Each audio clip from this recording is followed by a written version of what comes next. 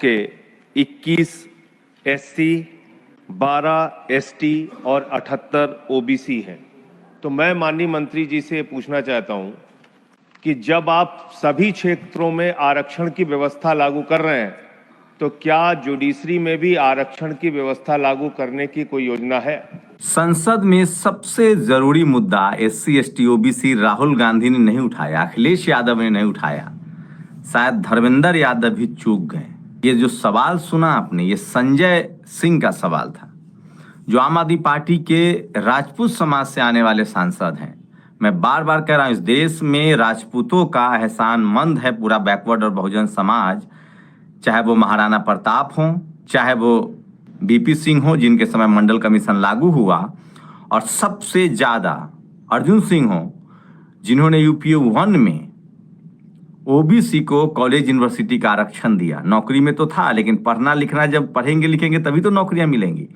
तो school college में 2005 में आरक्षण मिला और वो भी अर्जुन सिंह ने दिया।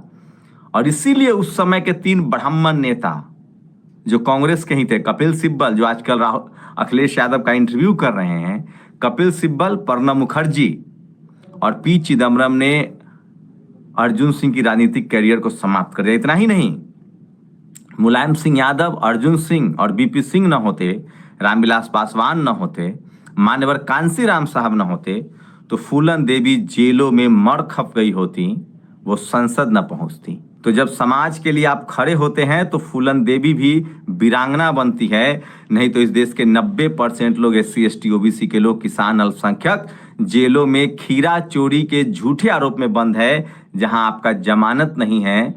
और सोचिए, इसी देश में हीरा चोरी करके लोग, क्योंकि पूरा सिस्टम उसके साथ है, वो दुनिया के तमाम देशों में मजे लेता है।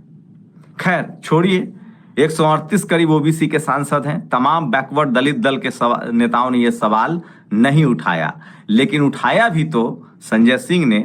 और कानून मंत्री का बहुत ही बैलेंस जवाब आया। इस बार लगा कि देश के जो कानून मंत्री हैं, जो खुद एससी समाज से आते हैं, उनके मन में तो है।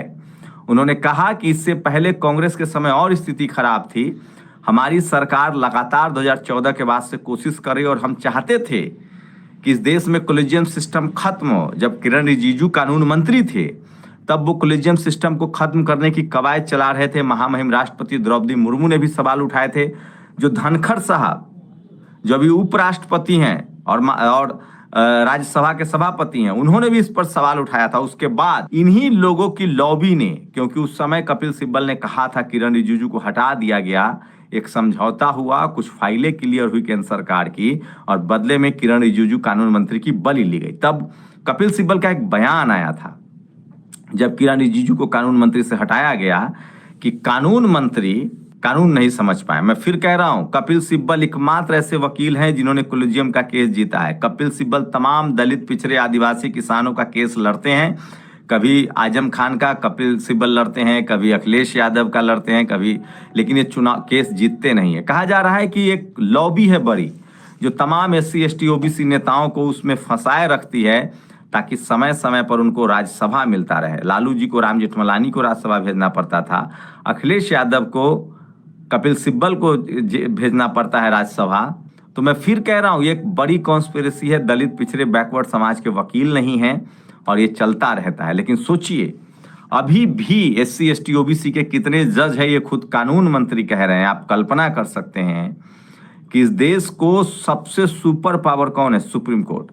सुप्रीम कोर्ट का एक फैसला और सारे संवैधानिक अधिकार आपके धरे के धरे रह जाते हैं।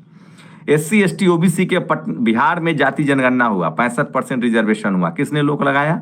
पटना हाईकोर्ट ने। जबकि तमिलनाडु में ऐसा नहीं कर सकते, क्योंकि वो संविधान के अनुसूची में उन्होंने अनुसूची में डलवा रखा उन्होंने।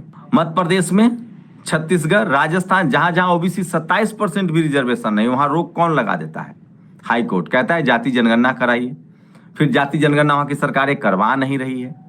लालू यादव की राजनीति कैसे खत्म हुई? सुप्रीम कोर्ट का एक फैसला आ गया कि जिसको सजा हो जाएगी जनप्रतिनिधि को, उसको 2 साल से ज्यादा की, वो 5 साल तक चुनाव ही नहीं लड़ सकता और तुरंत इस्तीफा देना पड़ेगा।